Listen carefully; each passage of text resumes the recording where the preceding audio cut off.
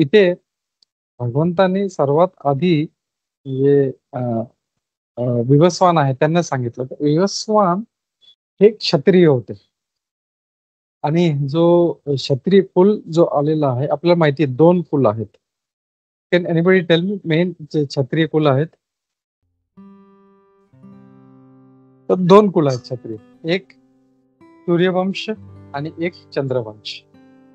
तर जे भगवान रामचंद्र आहेत ते त्या सूर्यवंशात येतात. भगवान कृष्ण जे आहेत ते चंद्रवंशात येतात. तर असे हे 2 जे मेन कुल आहेत, जे क्षत्रिय कुल आहेत, ते भगवान सांगत आहेत की हे जे सूर्यदेव आहे विवस्वान यांच्यापासून चालू होतं. तर आता भगवंतांनी हे जे ज्ञान आहे ते विवस्वानला का दिलं? कारण क्षत्रियांचं काम काय आहे? लोकांचं रक्षण करणं. फक्त भौतिक म्हणजे त्यांचं प्राणची रक्षा म्हणजे ते तर आहेच. क्षत्रियचा अर्थ आपण पाहिला होता. क्षत्रियचा अर्थ काय आहे? कोणी सांगू शकता? कोण पाहिला होता? आता शत म्हणजे क्षती पोहोचणे. म्हणजे आपलं काहीतरी क्षती होणे आणि शत त्रायते इति क्षत्रिय. तो जो क्षती होण्यापासून जे आपलं रक्षण करतो. जसं मंत्र जे मनाला तारतं.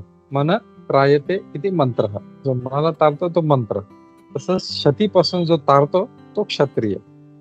तर क्षत्रियाचं काम आहे त्याचं रक्षा करणे. फक्त त्याची शरीराची नाही, त्याची मानसिक, त्याची आध्यात्मिक, त्याची भौतिक सर्व प्रकारे त्याची रक्षा केली पाहिजे. आणि म्हणून हे क्षत्रिय लोक जे होते ते जे त्यांची जी प्रजा आहे त्यांना भगवंताच्या सेवेमध्ये पण लावायचे.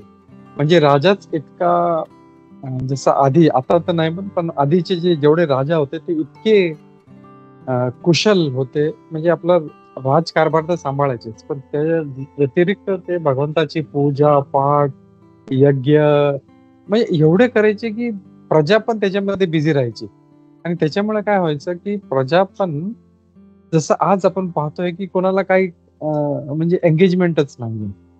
सगळे आपले मोकळे फिरतात. कोणी क्राईम करताय, कोणी चोरी करताय, कोणी काही करतंय. का? Because they are not engage. पण आधीचे राजा जे होते ते सर्वांना एंगेज ठेवायचे. तुम्ही हे करा, तुम्ही यज्ञ करा, तुम्ही पूजा करा आणि त्या एंगेजमेंटमुळे ती प्रजा पण जी होती भक्तीकडे हळू-हळू ती जात होती. आज लोकांना भक्तीबद्दल का माहित नाही. कारण जो राजा आहे तोच जो आहे तो कोणाला त्याच्यामध्ये लावत नाही.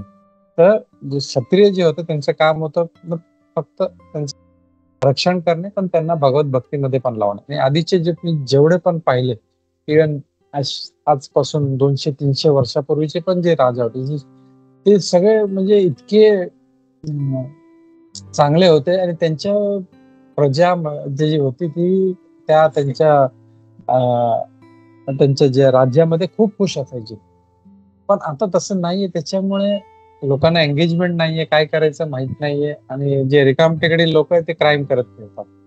तर त्याच्यामुळे प्रॉब्लेम्स अजून आपले वाढलेले आहेत. तर जो एक कुशल राजा आहे त्याचं काम आहे लोकांना एंगेज ठेवणं. म्हणून भगवंतानी विवस्वानला पकडलं कारण तो क्षत्रिय आहे आणि त्याला एंगेज केलं की त्याच्यामुळे त्याला माहिती आता काय केलं पाहिजे आणि तो आपल्या प्रजेला पण त्या दिशेमध्ये नेतो. म्हणून हे खूप महत्वाचं आहे. कारण राजाचं कर्तव्य आहे की त्यांनी न फक्त त्याचे भौतिक त्या शरीराचं रक्षण केलं पाहिजे, पण त्याचे आध्यात्मिक रक्षण पण केलं पाहिजे. ते मागे नाही राहिले पाहिजे. पाप कर्मामध्ये नाही राहिले. आता कुठला व्यक्ती पापमध्ये गेला त्याचं पण जो कारण आहे तो राजा ठरतो, की हा राजा बरोबर नसल्यामुळे लोकांचे एवढे पाप वाढले.